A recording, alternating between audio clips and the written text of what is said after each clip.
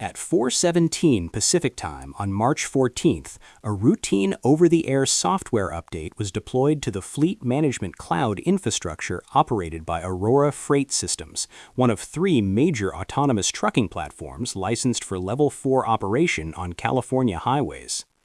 The update, version 8.4.2, was intended to patch a minor telemetry reporting bug in the vehicle health monitoring subsystem. The deployment followed standard protocols, staged rollout beginning with vehicles in maintenance status, followed by those in transit with light cargo loads, and finally the broader active fleet. Within the update package was a revised decision tree for the emergency stop protocol, a safety feature mandated by federal autonomous vehicle standards that allows the system to bring a truck to a controlled halt and engage all locking mechanisms when certain fault conditions are detected. The revised tree included new thresholds for sensor disagreement, particularly between LiDAR and radar arrays when tracking objects in adjacent lanes. However, a corrupted dependency file within the update caused the fault detection logic to misinterpret normal sensor variants as a critical safety conflict. By 4:23, the first vehicles to complete the update installation began registering false positive fault conditions. The system response was immediate and by design. Each affected truck executed a controlled deceleration to the nearest safe pull-off position, engaged electronic parking brakes with maximum clamping force, locked the steering column at neutral, and transmitted a Level 4 emergency stop telemetry packet to the Central Operations Center. The vehicles then entered what the firmware documentation refers to as safe state lockdown, a mode that requires physical inspection and manual reset via diagnostic port access before any further motion is permitted. The cascading deployment continued across the active fleet without interruption. Aurora's cloud infrastructure showed no anomalies in the update success rate. All telemetry indicated normal installation and vehicle system restarts. By 05, approximately 340 trucks had received the update, and 312 of those were now stationary, distributed across California's highway network in compliance with their last known safe stopping position. The Operations Center in Palo Alto began receiving automated emergency stop notifications at a rate that initially appeared consistent with isolated incidents, perhaps road debris, sudden weather changes, or sensor cleaning requirements. Standard protocol called for dispatching mobile technician units to each stopped vehicle for inspection. However, by 05:15, the notification queue had grown to 187 pending inspections, a number that exceeded the entire available mobile technician workforce by a factor of 12. The pattern remained invisible to automated monitoring systems because each individual stop was logged as a successful safety intervention. The software was performing exactly as designed when confronted with what it interpreted as sensor fault conditions. Meanwhile, the staged deployment continued. Vehicles completing their scheduled cargo deliveries and returning to depot status received the update during their post-route system maintenance cycle. Long-haul trucks crossing into California from Nevada and Arizona, upon connecting to the Aurora Network's regional update servers, were queued for installation at their next scheduled rest stop. The affected fleet grew in a pattern determined entirely by network connectivity, route schedules, and the update deployment algorithm's prioritization logic. By 6:30, with morning commuter traffic beginning to build, the spatial distribution of stopped trucks began to manifest as a physical obstruction problem on major freight corridors. Interstate 5 northbound between Bakersfield and Fresno showed 7 Aurora trucks in emergency stop status, 5 of which had pulled into the right shoulder lane, but 2 of which had executed stops in the main travel lane due to the absence of a shoulder wide enough to accommodate a Class 8 tractor-trailer combination. California Highway Patrol incident reports from this period indicate initial responses consistent with standard disabled vehicle protocols: traffic control, flare deployment, and attempts to contact the registered fleet operator. Officers approaching the vehicles found them powered but unresponsive to external commands. Door locks remained engaged. Attempts to signal the drivers, the trucks still maintained a human safety operator in the cab per current regulations, yielded no response because the safety operators, following their training protocols, were unable to override the emergency stop state without authorization from the Central Operations System, which was itself attempting to process the growing backlog of inspection requests through an automated prioritization algorithm never designed for simultaneous mass stop events. The truck's external status indicators displayed the steady amber light pattern specified for safe state lockdown. All systems functional, vehicle secure, awaiting maintenance intervention.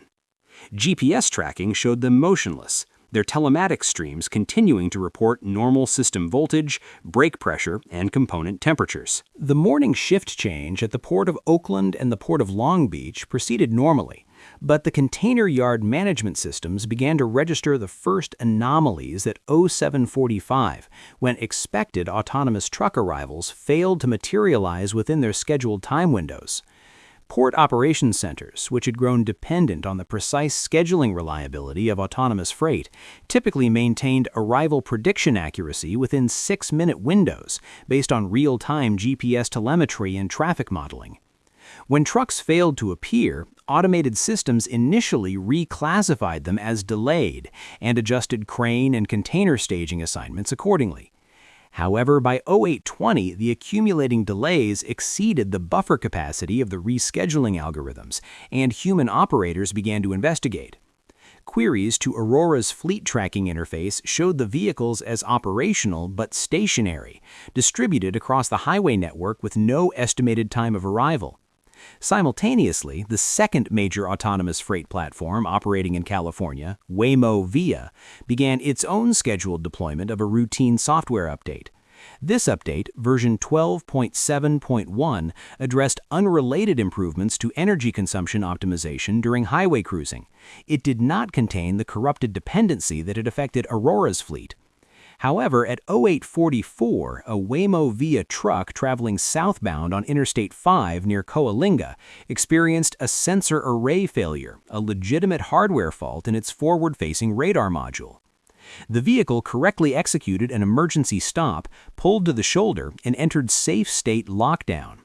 This event, though isolated and procedurally correct, contributed to the growing perception among highway patrol coordinators and traffic management centers that something systemic was affecting autonomous truck operations. By 10 o'clock, Aurora's engineering team in Palo Alto had isolated the correlation between the software update deployment and the emergency stop events.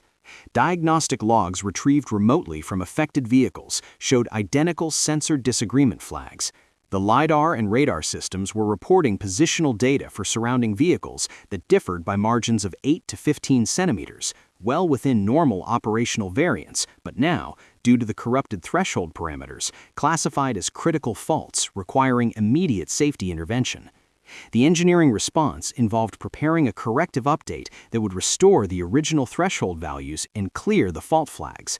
However, the Safe State Lockdown Protocol explicitly prevented remote software modifications to vehicles in emergency stop status.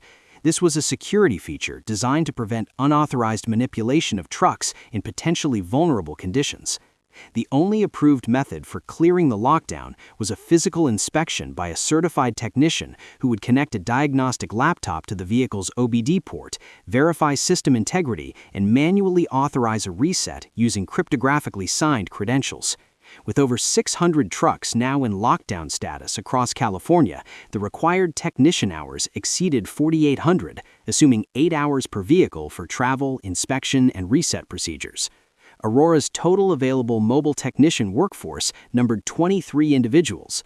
The company immediately began contracting additional certified diesel mechanics and trucking technicians, but the certification process for accessing Aurora's proprietary diagnostic systems required background checks and training that typically spanned 14 days. The spatial pattern of stopped trucks reflected the underlying structure of California's freight network. Interstate 5, carrying approximately 35% of the state's north-south freight traffic, showed the highest density of affected vehicles. 89 trucks distributed across 520 miles, with cluster points near Stockton, Fresno, and the Grapevine grade south of Bakersfield.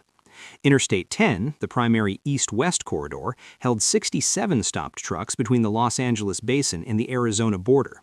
State Route 99, Interstate 15, and Interstate 80 showed proportionally smaller but still significant concentrations. Each stopped truck occupied an average of 75 feet of roadway length. Where shoulders were inadequate, trucks occupied portions of travel lanes, requiring California Department of Transportation crews to deploy lane closure protocols and traffic management measures designed for construction zones. By 11:30, Caltrans district offices reported 23 separate locations where autonomous trucks in emergency stop status were creating traffic flow restrictions requiring active management. The cascading effect on traffic density became measurable through loop detector and camera data. Average speeds on I-5 northbound between Los Angeles and Sacramento dropped from 68 miles per hour to 43 miles per hour during mid-morning hours, a reduction inconsistent with normal volume patterns and attributable primarily to lane closures and driver uncertainty around the stopped trucks. Attempts at alternative solutions emerged across multiple organizational layers. Highway patrol units requested authorization to tow the stopped trucks to impound yards or designated staging areas, but discovered that the electronic parking brake system, when in safe state lockdown mode, applied clamping force sufficient to prevent wheel rotation even when the vehicle was in neutral. The brake calipers, designed to hold a fully loaded 80,000-pound vehicle on a 15% grade indefinitely, could not be mechanically released without electrical system access, which itself was locked out by the same firmware security protocols preventing remote software updates. Tow truck operators reported that standard flatbed recovery methods were ineffective. The truck's air brake systems, even when manually bled, would not release the spring brakes without electronic authorization from the vehicle's primary controller. One recovery contractor in Bakersfield attempted to use a rotator-style heavy wrecker to lift the drive axles of an affected truck, but the vehicle's suspension system detected the abnormal loading and triggered additional lockout flags, causing the onboard diagnostics to log a potential theft attempt and encrypt certain subsystems further. Aurora's legal team issued guidance that any forced movement of the vehicles without proper authorization could void insurance coverage and potentially trigger liability concerns if the safety lockout systems were mechanically compromised. The trucks remained in place, their batteries maintaining charge through solar panels integrated into their roof fairings, capable of sustaining safe state lockdown for an estimated 14 to 18 days before requiring external power. The economic impact manifested first in inventory systems at distribution centers and retail facilities that relied on just-in-time delivery schedules. By 1400 hours on March 14th, warehouse management systems in Sacramento, Fresno, and Los Angeles began flagging projected stockouts for temperature-sensitive cargo that had been scheduled for delivery via Aurora's autonomous fleet. Pharmaceutical distribution centers reported missing shipments of insulin and other refrigerated medications. Grocery distribution networks showed delayed arrivals of fresh produce from Central Valley agricultural facilities. The autonomous freight sector, despite representing only 12% of California's total trucking capacity, had captured a disproportionate share of high-value, time-sensitive cargo due to its scheduling reliability and 24-hour operational capability. The sudden removal of this capacity created gaps that traditional freight operators could not immediately fill, partly due to the driver shortage that had motivated the autonomous transition, and partly because the routing optimization and just-in-time scheduling systems had been specifically architected around the precise temporal reliability that autonomous trucks provided.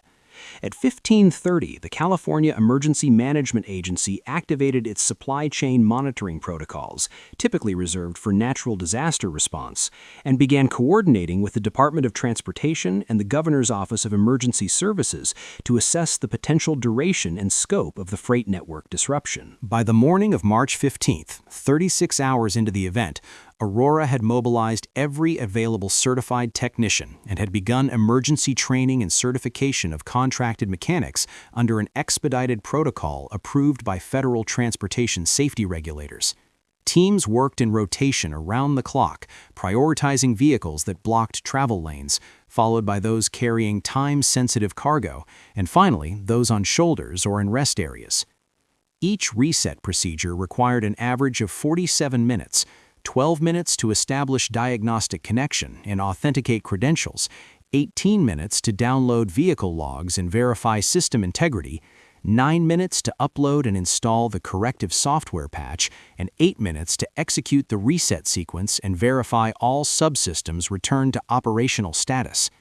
The vehicles, once reset, remained stationary until their human safety operators, many of whom had been waiting in the cabs for over 24 hours, supplied by support teams with food and water, received authorization to resume their routes.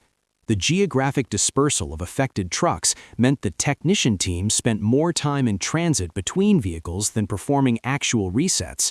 GPS tracking of technician vehicles showed patterns resembling traveling salesman routes optimized for minimal total distance, with teams covering 300 to 400 miles per day while servicing an average of 6 to 8 trucks.